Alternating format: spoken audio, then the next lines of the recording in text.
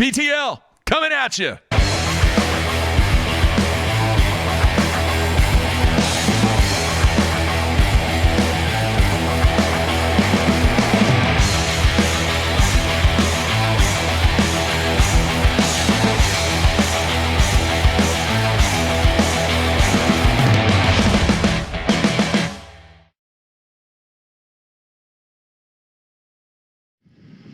Good morning, everybody. Welcome once again to BTL Bass Talk Live, where we're going to talk bass fishing and anything else that we want to talk about. Yes, an exciting day here on BTL. You are looking at a live shot of Matthew and Mr. Todd Faircloth. Todd, how you doing, man?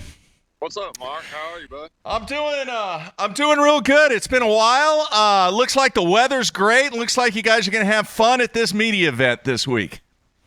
Yeah, we are up here in Minnesota. I think we actually put in Wisconsin this morning. I think we're in Wisconsin. Yeah, we're in Wisconsin. But we're right here on the border on the upper pools of the Mississippi River. And we've got a great Riders Conference event this week. And going to get some work done and enjoy this little bit cooler weather up here. Absolutely. Like Mike McClellan, a very political answer.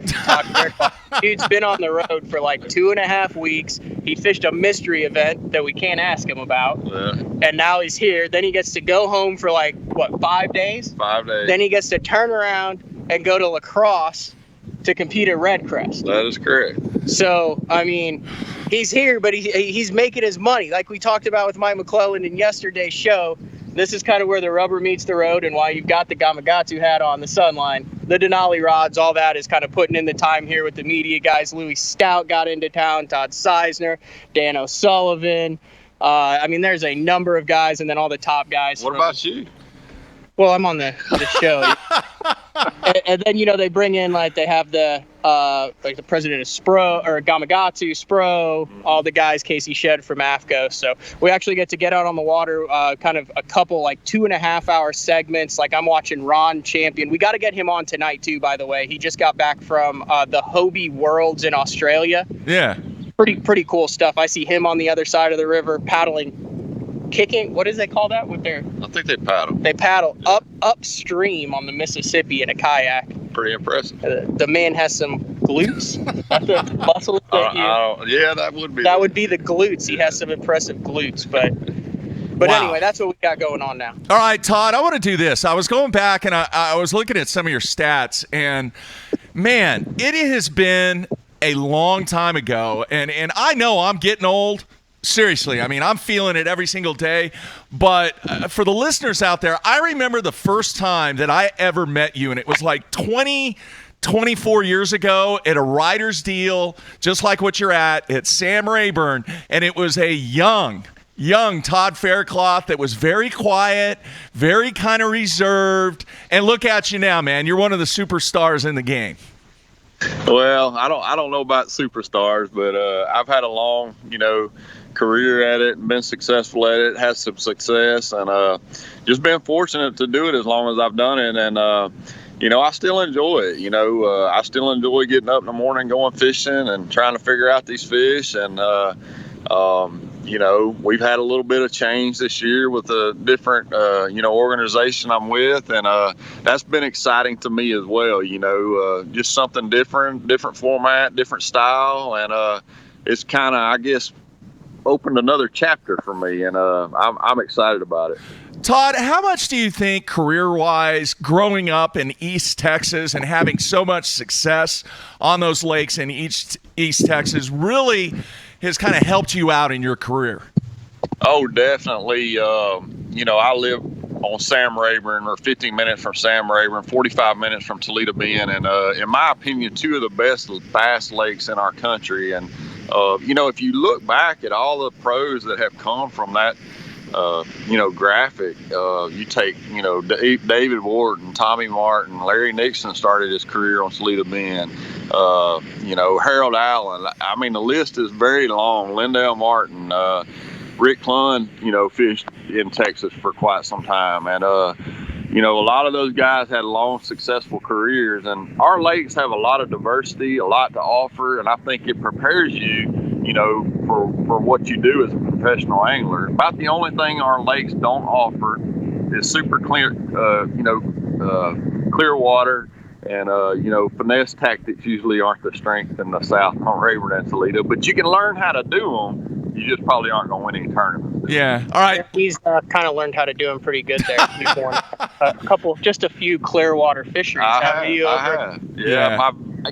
Who would have thought my very first professional career win would have been on a spinning rod on 6-pound test line on Table Rock Lake? That's crazy. That is crazy. Yeah. All right, let's talk about this season real quick. You finished 6th in the standings on the BPT, right at $72,000 in earnings. You qualified for 3 of the 4 Cup events, and then obviously you're in the Red Crest. How would you classify your season, Todd?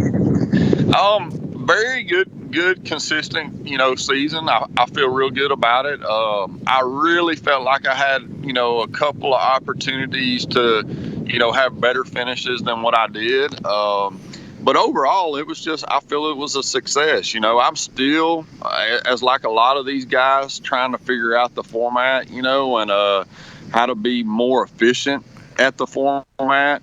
It's different from what we're used to. And, I felt like I kind of got a groove, after about the second, third event and, put together some pretty good strings of finishes. One of the things that we were talking about right before we went live, Mark, was Todd was talking about how he felt kind of like rejuvenated and had so much fun this year. And what I wanted to ask you, unrelated to the format, the changes or anything, you got a lot of guys who watch this, who just fish weekends and stuff. And I mean, I've been in the boat with some guys who get pretty frustrated and you could tell like they're not having fun at the club tournaments. Jeffries is always a joy to be with in the water when here not bite. But from a fishing perspective, how important is it to be having fun, to be enjoying what you're doing? Now, I know it's a job for you here, but do you think the guys who are having fun and really enjoying this catch more fish than someone who's gets stuck in a rut and it's, here's another day? 100%, 100%. The guys that are excited about going to an event or excited about getting up in the morning going fishing, they're going to be more successful because they want to be there, it's just like any job. Guys work at a job for so long and they just get you get kind of stagnant with it, and you change jobs and it's like it opens up another door to you and you get excited about it again, and that's kind of where I'm at. It's not that I never did get excited about fishing. It's just different. It's different. It's something different. And, it's just exciting to me, and I'm having fun. All right. I don't know if this is going to work, but I'm going to go out on a limb and say the best fish catch I've seen in professional bass fishing and covering this for 12, 13 years. You boat flipped a 9 this year. I did. Boat flipped a 9. Biggest fish you've ever boat flipped. It was. Do you have that rod in the boat? I do have that rod. Let's see it. Boat. Let's see it. Bring it out. I'm going to flip it around here. By the way, he carries look at how many rods do you carry? Like, what if you want to get that bottom one out? What do you do? You just have to kind of dig for it. I'm not going. Oh, that's the one right at the top, right there. Oh yeah. This is the rod. That is the rod. Yeah. What pound test? It was a 60-pound sunline braid. Okay. Yes. Yeah. All right. Is that the same braid, or have you? No, I've probably switched the braid. How often do you switch your braid? I don't retire. I don't switch it very often, but I figured I boat flipped a 9-pounder. I should retire that line. So what is it? It's an 8. This is a Denali Covert series, 7'8", extra heavy.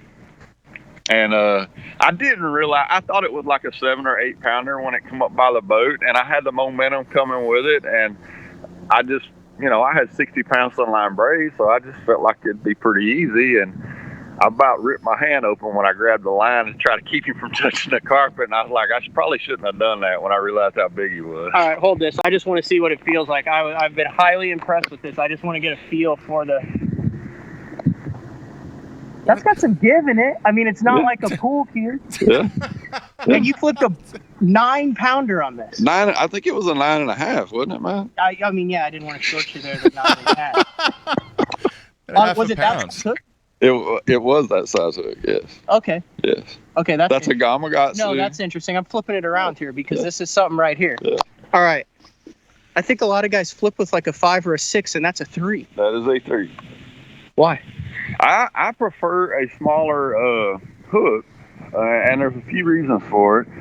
Whenever you're flipping bushes and stuff like that, the smallest hook I can get into the bait is the hook that I want to use, because I don't want a big gaff sticking out of that fish, because I think that's what causes you to lose a lot of fish, is when you hook them, they start running around in the cover, and if that hook point's sticking out of his head a long ways, it'll get caught in a branch or something, and that's how you lose the fish. So I try to use the smallest hook I can whenever I'm flipping brush and vegetation. Whenever you're punching, the smaller hook, it's just a smaller, more compact, so it's going to go through the cover better. That's my theory on it. It works for me, and I'm going to stick with it. And you snell too? I do snell all the time. No, I don't snell unless I'm punching. This is a big weight here, and this is my punching setup.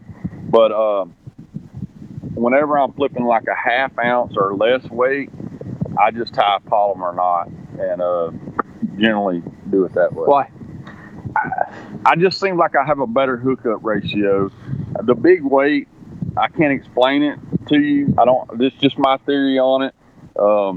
I put a toothpick in my weight, and when that weight, the heavy weight comes up, and it comes up like that, it's going to hit the fish's mouth. But with a smaller weight, I think a lot of times with the snail, it might just blow right through. So you use a toothpick still? Yeah, man, I'm old school. Wait, just like a straight up toothpick from Big Boy's Diner. That's right, man, just like that. So there's no. No, I don't use a. He's not lying, Mark. He's old school like me, man. Jeez. I mean, that never crossed your mind, like I'm going to put a bobber stop on? I'll try a bobber stopper. I hate a bobber stopper. Why? Bobber stoppers, I don't know, man. It's just I think it's kind of like a fad. Guys think everybody throws a bobber stopper. I'm going to throw a bobber stopper. I don't like a bobber stopper. A bobber stopper is just something else to get like scum or something on your weight.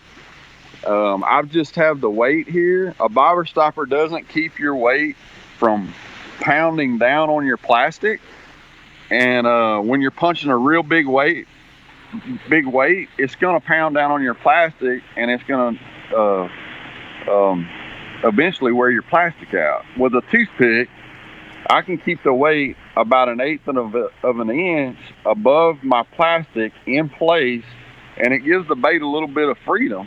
It gives it a little bit more action, I think, and also it helps with the hookup ratio, in my opinion. But I'm old school, You're not that okay. So that's a striking weight. Yes, it is. But you also did something to it. I do. I know. You don't have to talk about it if you don't want to. But I mean, for being old school, that's not old school. What you did to it. No, I put an insert in it, and I've just always put inserts in my tungsten weight. You don't have to, but it's just one of my, I guess you'd say, little cachet deals that just kind of bothers me. I don't like to fish the tungsten weight without an insert. Do you need it? Probably you don't need it, especially with Strike Kings, but I don't know. I like a little insert just for a little added protection. Should I not have mentioned that? No. Sorry. No, not at all. All right, that's it. Let's go. All right, I want to go to the instant feedback. David in Wisconsin wants to know what your go-to flipping bait is. If I had to pick one bait to flip with, it'd be a Strike King structure bug, and that's the bait that I caught the 9-pounder on earlier this year. It's just a real versatile bait. You can fish wood cover with it. You can fish grass with it. We got it in a variety of different colors. It can mimic a crawfish. It can mimic a brim, and it's just a bait that I've got a super bunch of confidence in. All right, Todd, we haven't had you on in a while, and I've asked a lot of the MLF guys this. With the format that you guys are doing, do you like the multiple lake formats, or would you rather see it just on one lake for the entire event? Well, I guess that would probably depend on, Mark, how you were doing on that lake. If you're not catching them very good, you'd probably like to go somewhere else. If you're catching them good, you'd probably like to stay. But I think it shows the true versatility of an angler when you take him out of his comfort zone and put him on a lake that, maybe he hadn't been to in a few days. So I like it. I think it shows, the cream of the crop kind of rise to the top when you give them different lakes to be on, and they have to figure it out in a short amount of time. I think it's real good for competition. A guy gets on a lake and he's on them, and he gets out to a big lead, and he found the cream of the crop area. It's going to be hard for a guy to catch up. But if you take him off that lake and put him on a different body of water, it totally changes, the outcome of tournaments, because now you've taken him away from that spot, and he's got to find another one. All right, on the instant feedback, Brian from Lake Norman. We had Mike Iaconelli on the show last week, and he was pretty vocal about wanting and feeling that you guys should be able to use your own boats in the Cup events.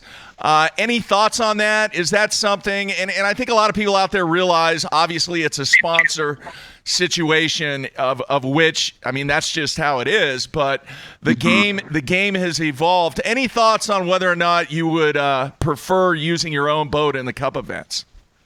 Well, I think we all, as pro anglers, would prefer to be in our own boats. It's just, we're more comfortable, with how it's set up. We're more comfortable with the way everything runs, how everything works. If there's a problem, with something, we can probably adjust it and fix it, stuff like that. But, the Cup events are extra events that we qualify for that, are just kind of bonus events. So, that's kind of how they sell that sponsorship to those sponsors. And I understand it.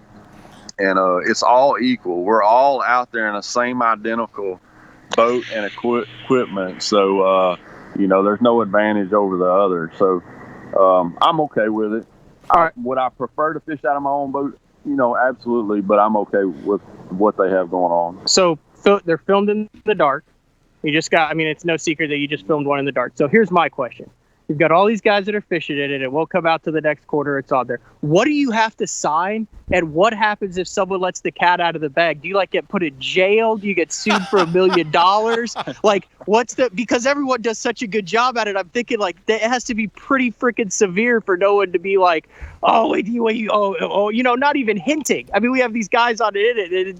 So what? You sign your life away? We have to sign a non-disclosure, and that's a full-page long non-disclosure. So it's pretty serious stuff. So, when somebody wants to know something about it, and you say you can't tell them about it, he's not trying to be rude. He just really can't tell you anything about it, and that's what creates a lot of build-up, to the show and everything, is the unknown. Guys sit down to watch it for the first time, and they don't know what's about to take place. So that's how they build that. That's how they get people to tune into the show. And I look forward to seeing who won it. I look forward to seeing who won the first Cup event that I didn't get to. You don't know who won the second one? I got a clue. Okay, that's fine. That's played it off well. All right, David. I don't have any. I didn't fish the first one, so I have no idea who won it. Right. All right, David wants to know, are you going to plan on running the new FXR next year? Absolutely. I just ordered it last week, and super excited about it. I have not had an opportunity to ride in one yet. But I have, seen the pictures of it and seen some of the different aspects about the boat, and it looks pretty sweet. That's a cool bracelet. What is that? It on my bracelet. Yeah, it's my swivel bracelet. Swivel bracelet. My kids got me that for Christmas 3 or 4 years ago. Very cool. Yeah. Very nice. All right, Matt, Todd, you guys are on the water there. Besides this week, have you been on the body of water that you're on right now before, Todd? I never have. We're in pool 5A. Is that not right? Is that right, Matt? I literally just figured out how to get to the ramp. I have no idea. We're on pool 5A. So there's 5A, and then there's pool 6, and then there's pool 7, which is the Onalaska pool, and then you have pool 8, which is the lacrosse pool. This happens every 20 seconds here. Just bear with us for a short minute. What, the train? The trains are real popular here along the Mississippi River. Oh, yeah. All All He's right. gonna hit it again here in about 5, and maybe not as bad this way. And they're super long trains. Have you noticed that, man? Have you noticed how good the graffiti is on them? No. Like seriously, when you're up there for lunch, look, there's some very talented graffiti artists. Can you get a shot of it, or is it too far Yeah, away? there it is. It's right there. We're just across from the range. Oh, okay. I got you. You want to see what Todd's about to do, Mark? Yeah, you got any other instant feedback questions? No, we're good. All right. So this is why Todd makes the big bucks. So it's, what is it, like 83, 84 degrees out? Yeah, something like that. All right. So AFCO has a new beanie. So we're have to shoot. Put that thing on, Todd. This is why he get. This is why Come you get on, paid. man. This is what you get paid to do. We got to shoot a video Man. of him in the half beanie.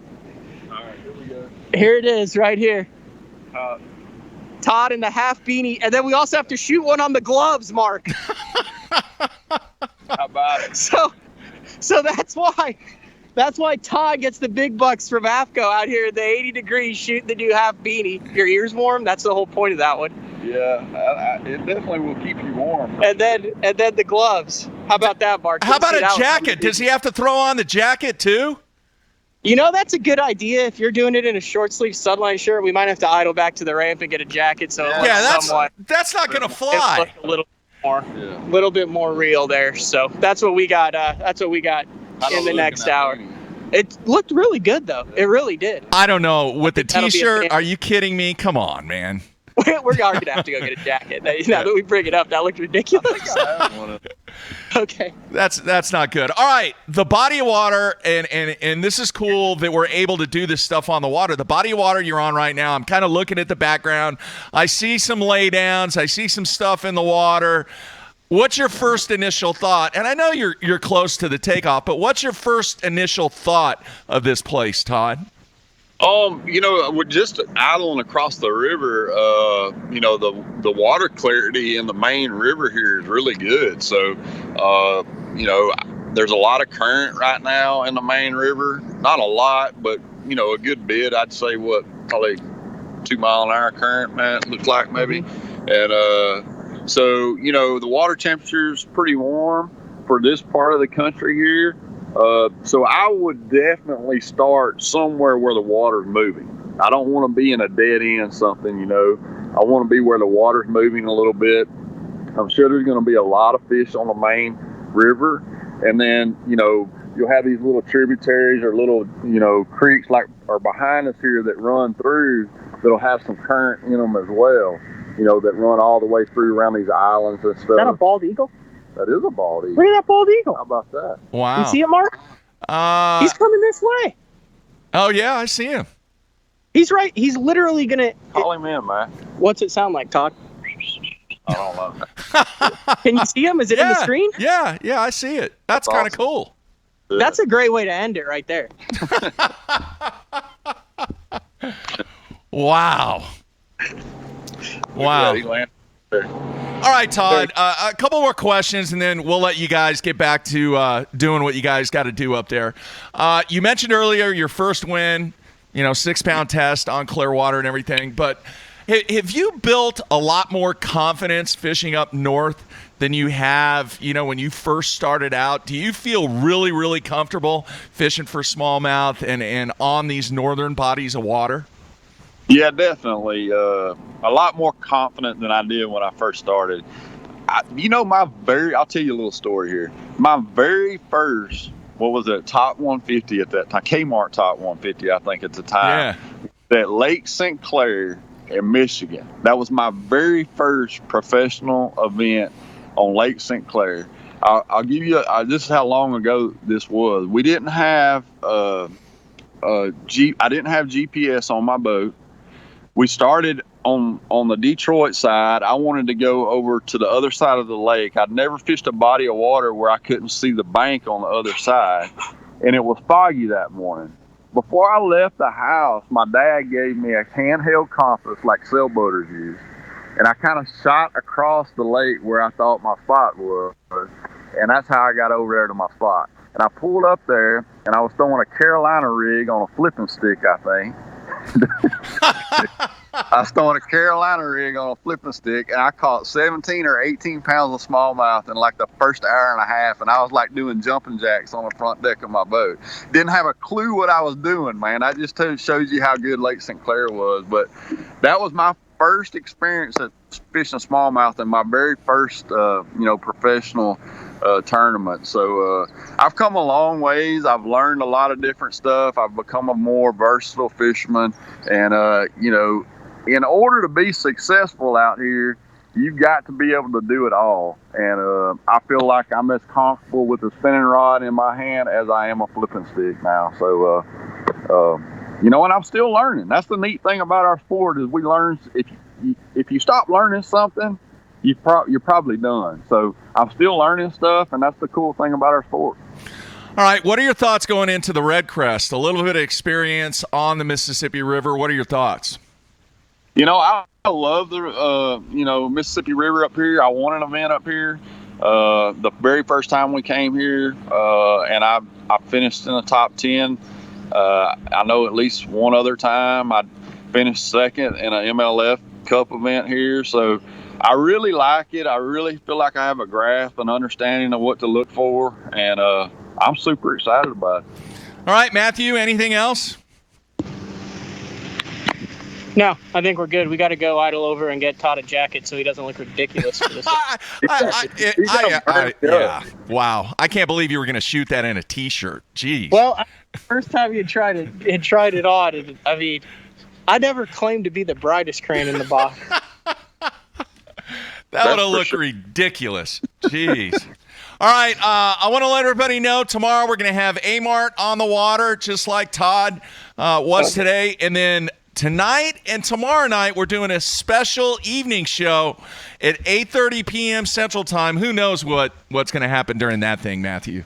I hear Aaron's going to run all the way to the dock in the morning, or the boat ramp in the morning. Did you hear that? No. Ask him if he run in the morning. With no shoes on? No, I think he's going to wear shoes. Carrying his pet cat? What?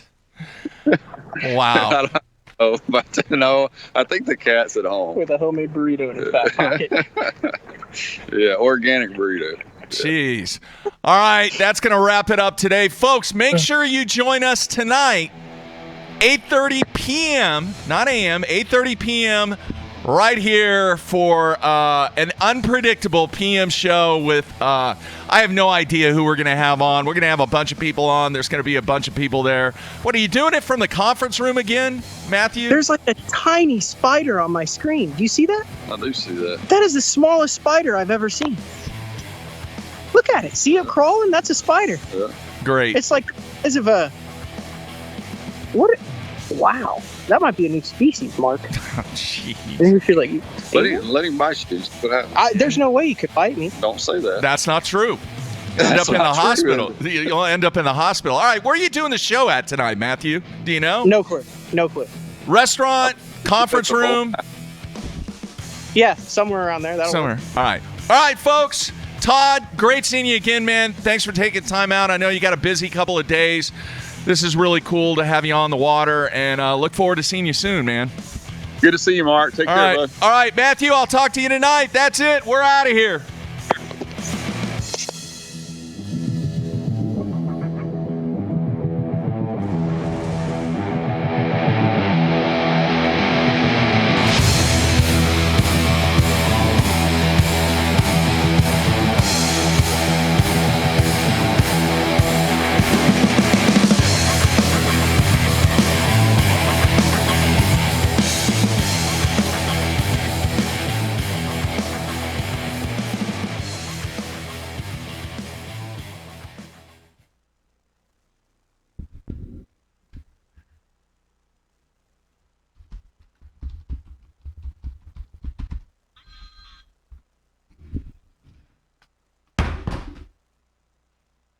Answer. This is Mark.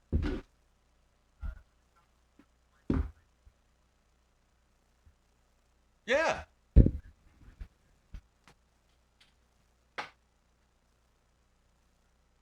Oh, yeah. Yeah.